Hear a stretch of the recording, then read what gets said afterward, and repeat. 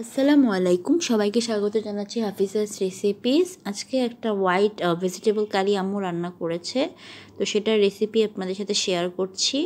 তো প্রথমে হচ্ছে এখানে সরিষার তেল দিয়ে তাতে হচ্ছে পেঁয়াজ এবং কাঁচামরিচ দিয়ে এটাকে অল্প একটু ভেজে নেওয়া হচ্ছে। কালার বদল পর্যন্ত অপেক্ষা করার দরকার নেই, সামান্য একটু ভাজা হইলেই হবে। এই হোয়াইট ভেজিটেবল কারিটা খেতে খুবই মজা। এরপরে দিয়ে দেওয়া হচ্ছে এই যে আগে থেকে কেটে ধুয়ে রাখা ভেজিটেবল। এখানে আপনাদের পছন্দ মতো ভেজিটেবল ইউজ করতে পারেন, সিজনে যেটা পাওয়া যায় সেটাই করবেন। সামারে হলে সামারের ভেজিটেবল, আর উইন্টার হলে উইন্টার ভেজিটেবল ব্যবহার করতে পারেন, ইটস আপ টু ইউ। তারপর স্বাদ মতো লবণ দিয়ে এটাকে নেড়েচেড়ে মিশিয়ে নিতে হবে। এই পর্যায়ে চুলাটা হচ্ছে লো মিডিয়াম আঁচে থাকবে।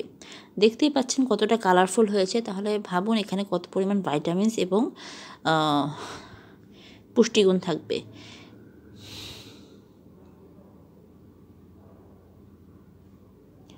এরপরে এই তো গুঁড়ামরিচ, তারপরে হচ্ছে কালো জিরা, সরি এটা কালো জিরা না, 5 ফোড়ন, 5 স্পাইসেস দিয়ে হচ্ছে এটাকে নেড়েচেড়ে মিশিয়ে নিতে হবে। এটা রান্নার সময় সুন্দর একটা স্মেল বের হয়। এরপরে অল্প একটু পানি দিয়ে হচ্ছে ভেজিটেবলগুলোকে বয়েল হতে বসিয়ে দিতে হবে।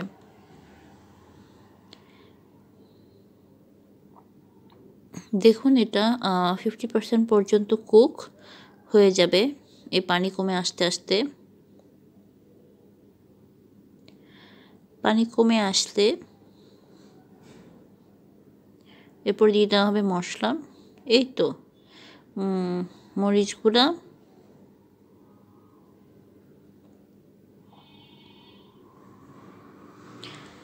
কর্নফ্লাওয়ার,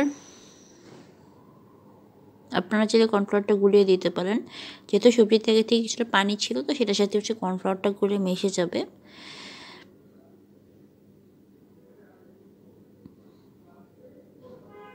আর দিয়ে দেওয়া হচ্ছে ধনে গুঁড়া,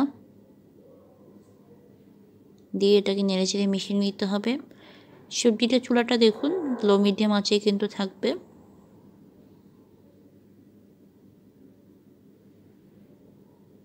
এটা আপনারা রুটি, পরোটা, ভাত, পোলাও সব কিছুর সাথে শেয়ার করতে পারবেন। তারপরে দিয়ে দেওয়া হচ্ছে একটা ডিম এখানে ভেঙে দিয়ে দেবেন। আপনারা চাইলে ডিমটা আগে ফেটে নিতে পারেন, অথবা এই যে রান্নার সাথে সাথে নেড়ে এটাকে মিশিয়ে নিতে হবে। চিন্তা করবেন না, এটা ভেজিটেবলের সাথে কুক হয়ে যাবে, মোটেই ও ডিমের কাঁচা গন্ধ নাকে লাগবে না।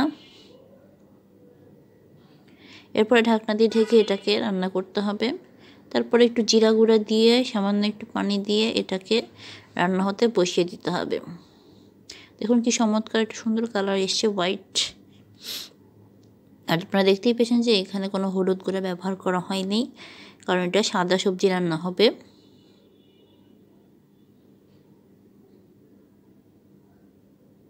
এরপর এটাকে 7 থেকে 10 মিনিট পানি দিয়ে ঢেকে দিয়ে বসিয়ে দিতে হবে। আর যেহেতু এই যে সবশেষে আরেকটু আপনাদের জিরা গুঁড়া দিয়ে দেওয়া হচ্ছে, আর এটাকে মাঝে মাঝে নেড়ে দিতে হবে, যেহেতু কর্নফ্লাওয়ার দেওয়া আছে নিচে, নয়তো লেগে যেতে পারে। আর চুলাটা হচ্ছে আপনার লো মিডিয়ামে এটাকে বসাইতে হবে, নয়তো নিচ থেকে লেগে যাবে আর উপর থেকে পানি থেকে যাবে, তখন সবজিটার স্বাদটা ভালো হবে না। দেখুন রান্না হয়ে গেছে, এখন এটাকে নামিয়ে নিবে। এই তো, দেখা হচ্ছে পরের ভিডিওতে। আল্লাহ হাফেজ।